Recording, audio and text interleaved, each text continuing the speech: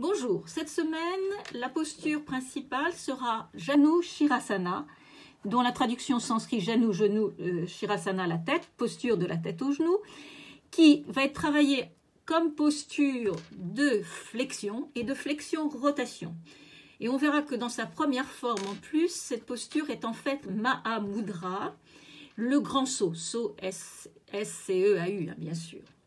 Pour ceux qui le voudront, ensuite, pour celles qui le voudront, il y aura la possibilité de continuer par la posture de la tortue, Kurmasana, avec sa préparation, qui est la posture de Samakonasana de l'angle égal. Je vais vous expliquer tout ça dans un instant. Janu Shirasana, posture de la tête au genou. Venez vous asseoir. Placez le pied gauche à l'aine, genou descendu sur le côté.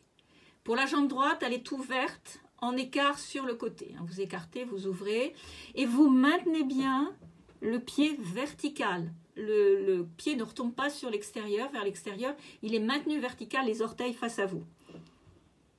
Puis, sur le bout des doigts, à l'arrière du bassin, à coude fléchi, bout des doigts pratiquement bout des ongles, 3 grandes respirations complètes pour vous placer d'abord de face. Pour sentir l'assise, ouvrir la cage thoracique, la ceinture scapulaire, bien redresser tout le dos et placer le recul de la tête, menton près de la gorge, le regard bien à l'horizontale.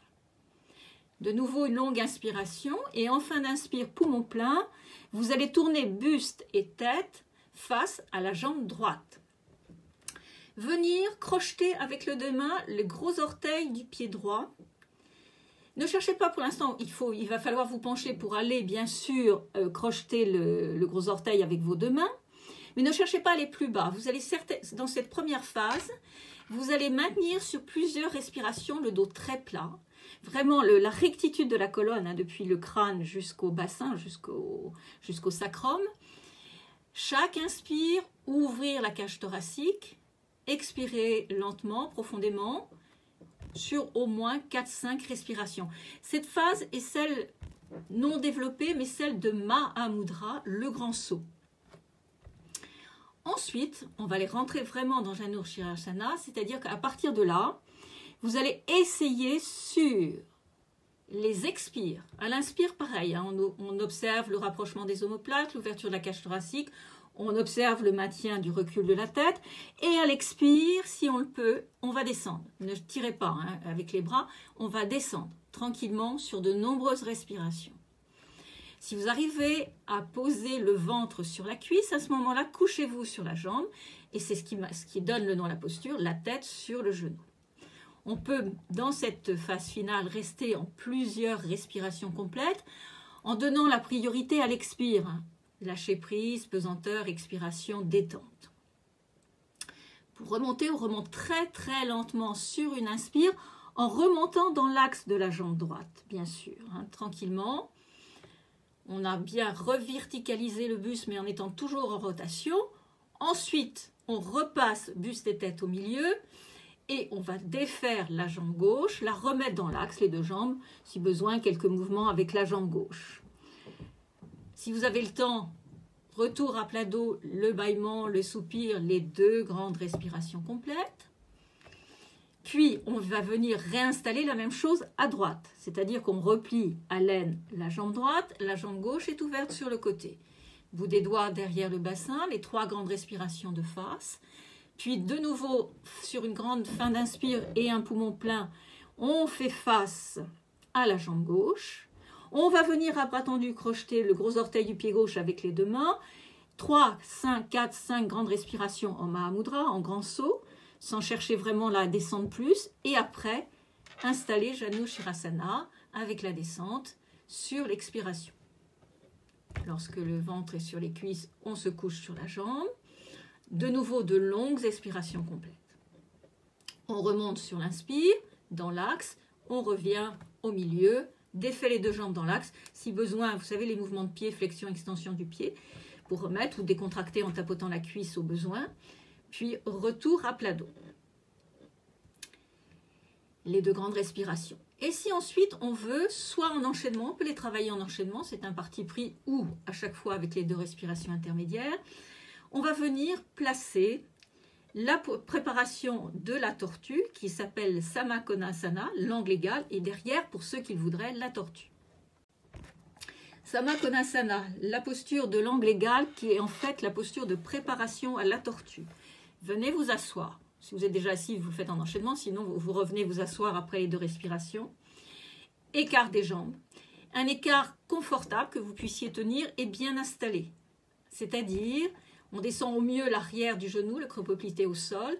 On a bien maintenu les 2 pieds verticaux, les pieds ne tombent pas sur les côtés. Là, de nouveau, appui sur le bout des doigts, très léger, derrière le bassin, 3 respirations de face, toujours pour se réétirer, reprendre sa taille, sa verticalité.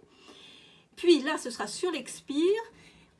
Vous allez venir en flexion pour attraper, une flexion du buste, pour attraper avec index ou index majeur, c'était pareil pour Janushirasana, chaque main, chaque pied.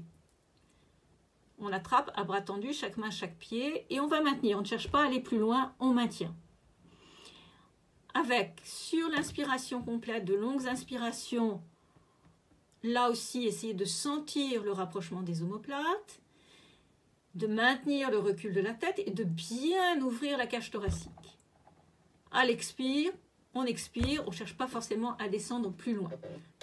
Si vous n'y arrivez pas d'un premier coup, ce sera tout ce travail d'aller peut-être crocheter avec les index, d'aller crocheter les gros orteils. Si vous n'y arrivez pas, prenez des sangles, prenez des foulards, des chaussettes, ça peut vous aider. Si on veut aller plus loin, si on le sent, si on peut aller plus loin, on va installer Kurmasana, la posture de la tortue. On va lâcher le crochetage des doigts avec les orteils. Et on va venir en flexion complète, poser le front au sol, sans décoller le fessier, hein, bien sûr. Poser le front au sol devant soi. Légèrement replier les jambes pour que l'arrière du genou se replie un peu et que le genou se soulève un peu.